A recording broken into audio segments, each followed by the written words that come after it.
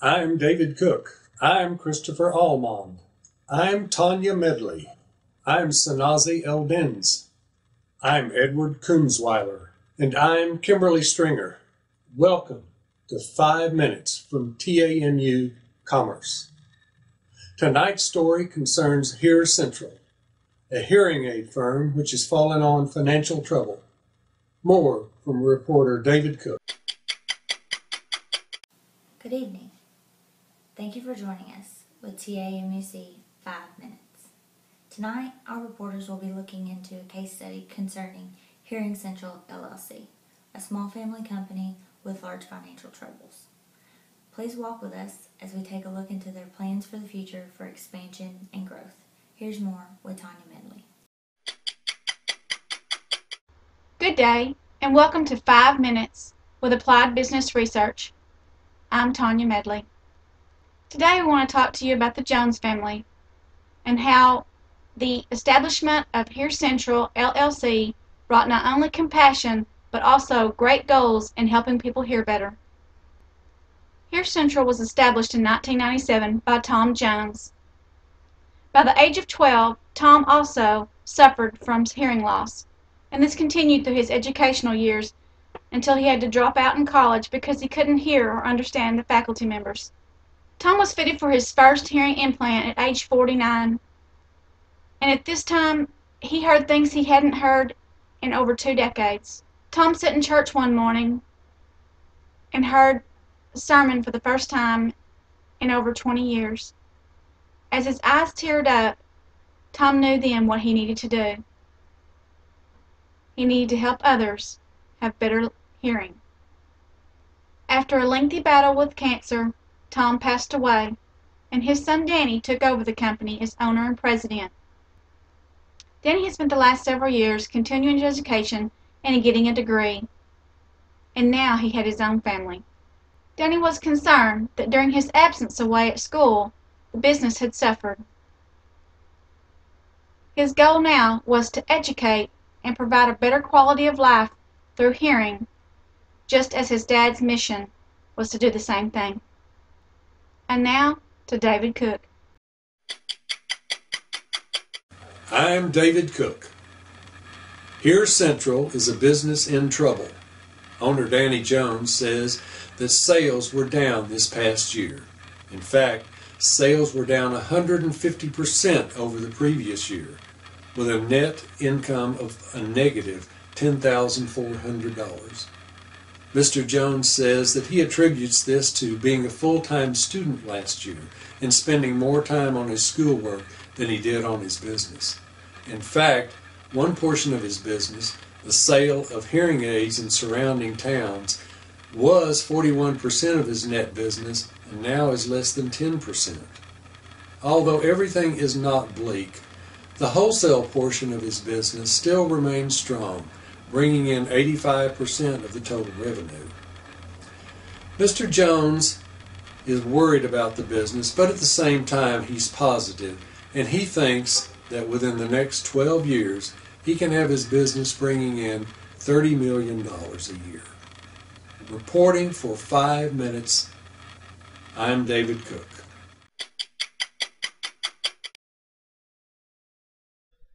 I'm Ed Kunzweiler. Thank you, David. Given the somewhat grim situation at Hear Central, it's time that the company evaluates potential alternatives in order to remain viable. While optimistic that future endeavors will result in substantial cash flow, short-term financial security is far from assured. Mr. Jones now has a difficult decision to make. Should he exit the business gracefully and pursue a career in law enforcement based on experience he already possesses, or should he attempt to return Hear Central to a profitable company? I will now turn it over to Chris Allman, who will cover some potential business alternatives and discuss implementation using a multi-phased approach. Reporting for 5 Minutes, I'm Ed Kunzweiler. I'm Christopher Allman.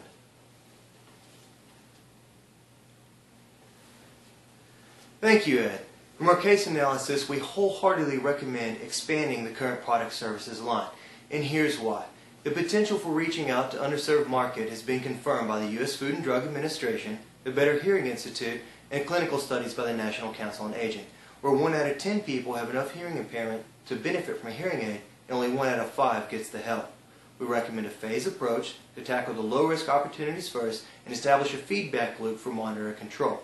We'll definitely revise the easy-to-use retail catalog and produce it in-house to save money and complement the website. Next, we need to double the advertising budget to further complement the website and retail catalog, most importantly reaching beyond just direct selling. And then we'll implement the revised 3-step customer service plan to further differentiate from those fly-by-night online discounters. And finally, expand the wholesale inventory to grow that part of the business, which has been the most successful, and lower prices overall. After return to profitability has been verified, implementing Phase 2 will be financing the customer motorhome with the hearing evaluation booth set up. This will allow for market penetration into those rural areas where demand is not sufficient enough for a full-time business. Also trade show attendance on the weekends and convenient OSHA compliance inspections where nothing is currently being done.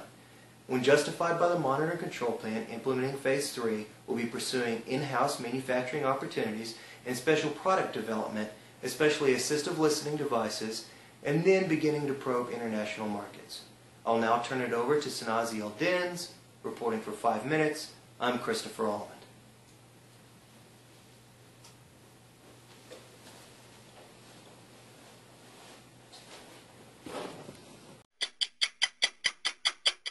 Thank you, Chris. I am Shinasi Eldens. When Mr. Johns took over the company, there was $27,000 in the bank account, and this number became $400 in 1 year.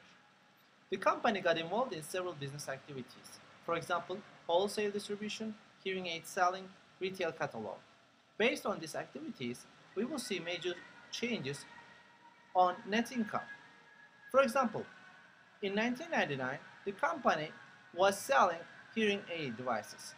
But that number decreased in 2000 and 2001 and 2002, and it made a negative impact on net income.